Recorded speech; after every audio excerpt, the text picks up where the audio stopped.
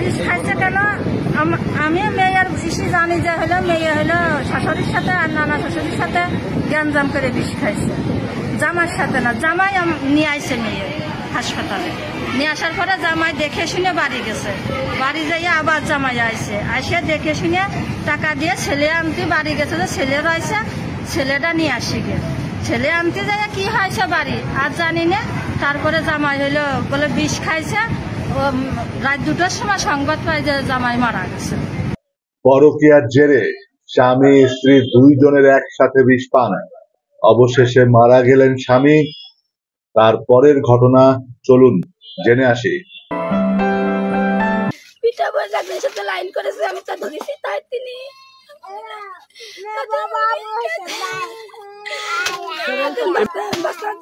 মারা বাসাতে কবিতে কথা আমি কষে মনে করবো আমার যাওয়া আছে ঠিক আছে।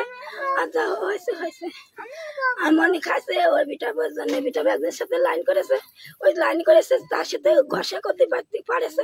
আমরা ধরেছি ধরে তারপর আমি দেখো স্যার ঘরে কিটা কাছে কি কিসকে নাম কাছে ঘরে দেখো আর স্যার কাছে কি আব্বা তার কাছে আব্বা ওই শোন থাপা মারলি শোনা বানাল আমি সওয়ালের লগে কাছে কি সুপকা শোনার মা কাছে সুপকা।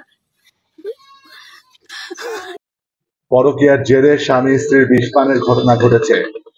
ঘটনায় আলামিন শেখ নামে ওই স্বামী মারা গেলেও বেঁচে আছেন স্ত্রী সাথী খাতুন। রাতে উপজেলার রঘুনন্দপুর গ্রামে এ ঘটনা ঘটে। পরে ঝিনাইদহ শৈলকুপা থেকে সকালে কুষ্টিয়া সদর হাসপাতালে চিকিৎসাধীন অবস্থায় ওই যুবকের মৃত্যু হয়। আলামিন শেখ ওই গ্রামের মৃত কাশেম আলীর ছেলে, সাথী খাতুন একই উপজেলার কামান্না গ্রামের মনিরুল ইসলামের মেয়ে। ওই দম্পতির 2 বছর বয়সী একটি ছেলে সন্তান রয়েছে। এলাকাবাসী ও স্বজনরা জানায় 6 বছর আগে আলামিন শেখের সঙ্গে বিয়ে হয় শৈলকুপা উপজেলার কামান্না গ্রামের মনিরুল ইসলামের মেয়ে সাথী খাতুনের। বিয়ের কয়েক বছর পর থেকে তাদের মধ্যে নানা ধরনের পারিবারিক কলহ চলে আসছিল। সর্বশেষ প্রায় 1 মাস ধরে এলাকার একটি কিশোরের ছেলের সঙ্গে পরকীয়ার অভিযোগ ওঠে সাথী খাতুনের। দুপুরে এই নিয়ে পারিবারিকভাবে সালিশ বৈঠকে সাথী খাতুনের পরিবারের সঙ্গে কথা কাটাকাটি হয় আলামিন শেখের পরিবারের। এরই জেরে বিকেলে বিষ পান করেন সাথী খাতুন।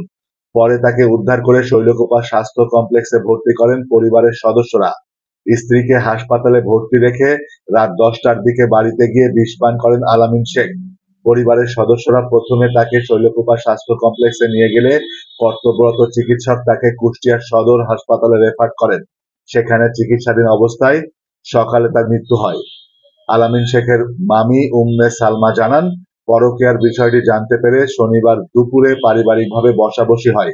সেখানে আলামিন শেখ শ্বশুর সহ তার বাড়ির লোকজন ছিল। সবকিছু মেনে নিয়ে স্ত্রীর সঙ্গে সংসারের সিদ্ধান্ত জানান আলামিন। পরে বিকেলে সবার অগোচরে ঘরের মধ্যে গিয়ে বিষ পান করেন সাথী খাতুন।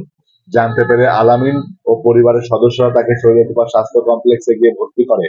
তিনি অভিযোগ করে বলেন, হাসপাতালে আলামিনকে তার শ্বশুরবাড়ির লোকজন অকথ্য ভাষায় গালিগালাজ করে এবং মামলার ভয় দেখায়। আলামিন অপমান সহ্য করতে না পেরে বাড়িতে এসে বিষ পান করেন। এই তো জানলো জানে হাসপাতালে নিয়ে আসলাম। জামাই এসে ভর্তি করে থুয়ে বাড়ি গেল ছেলের আনতে যাইয়া সে আর বাড়িতে আসেনি। না এসে সে বলে বাড়ি বিষ খাইছে। কোন সময় খাইছে? রাত্রে।